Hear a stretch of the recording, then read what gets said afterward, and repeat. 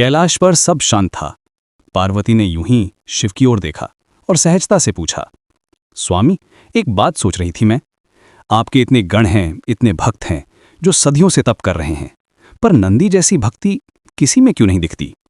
उसका स्थान सबसे आगे, सबसे विशेष क्यों है? उसमें ऐसा क्या है जो दूसरों में नहीं? शिव ने एक हल्की सी मुस्कान के साथ कहा, उसमें ठहराव है। वो सोचता कम है, महसूस ज्यादा करता है। उसकी कहानी भी तो वैसी ही है। शिलाद ऋषि को एक अमर पुत्र चाहिए था। उन्होंने मेरी तपस्या की, मैंने उन्हें वरदान में नंदी को दिया। पर नंदी को अमरता में कोई खास दिलचस्पी नहीं थी। अजीब था वो शुरू से ही। पार्वती ने पूछा, अजीब क्यों? हर कोई तो अमर होना चाहता है। शिव बोले, वही तो, पर उसे नहीं होना था। जब उसे पता चला कि उसकी आयु ज्यादा नहीं है तो वो परेशान नहीं हुआ, बस भुवन नदी के किनारे चला गया और मेरी तपस्या में लग गया। सालों तक बस एक पैर पर खड़ा रहा, न कुछ खाया न पिया, बस मेरा नाम जपता रहा, एकदम शांत, जैसे उसे पता हो कि यही करना है। मैं जब प्रकट हुआ तो मैंने उससे कहा, मांगो, क्या वरदान चाहिए? कोई भी होता तो लंबी आयु मांगता या अमरता, पर उसने नहीं मांगी। पार्वती की आंखों में जिज्ञासा थी। नहीं, उसने बस इतना कहा कि वो हमेशा मेरे सानिध्य में रहना चाहता है, हमेशा। उसे इससे कोई मतलब नहीं था कि वो जिएगा या मरेगा, उसे बस मेरे पास रहना था। उसकी मांग इतनी सरल और सीधी थी कि मुझे मानना ही पड़ा। मैंने कहा, ठीक है, आज से तुम सिर्फ मेरे वाहन नहीं, मेरे सबसे करीबी मित्र, मेरे गणों के अध्यक्ष और मेरे धाम के द्वारपाल भी होगे। तुम्हारी जगह हमेशा मेरे ठीक सामने होगी। बस बात खत्म हो गई।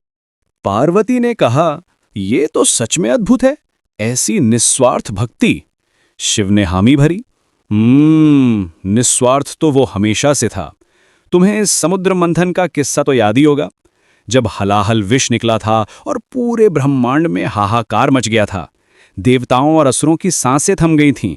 मैंने उसे दुनिया को बचाने के लिए अपने कंठ में धारण कर लिया।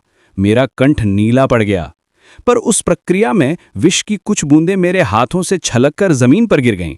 हाँ, मुझे याद है, वो चंद बूंदें भी उतनी शक्तिशाली थीं कि पूरी सृष्टि को भस्म कर सकती थीं। बिल्कुल, हर कोई भय से कांप रहा था, किसी को समझ नहीं आ रहा था कि क्या करे। पर नंदी, वो शांत था। वो मेरे पास आया और बिना एक पल सोचे, बिना किसी आदेश का इंतजार किए, उसने उन विष की बूंदों को अपनी जीभ से चाट लिया, जैसे वो अमृत हो। उससे पता था कि इसका परिणाम क्या हो सकता है, पर उसकी चिंता मैं था, ये सृष्टि थी। उसे अपनी परवाह नहीं थी।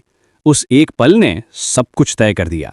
मतलब उसने आपके विष का एक अंश खुद में समा लिया, पार्वती ने धीरे से कहा। हाँ, बस इसीलिए वो सिर्फ एक भक्त या वाहन नहीं है, वो मेरा हिस्सा है, वो एक रक्षक है।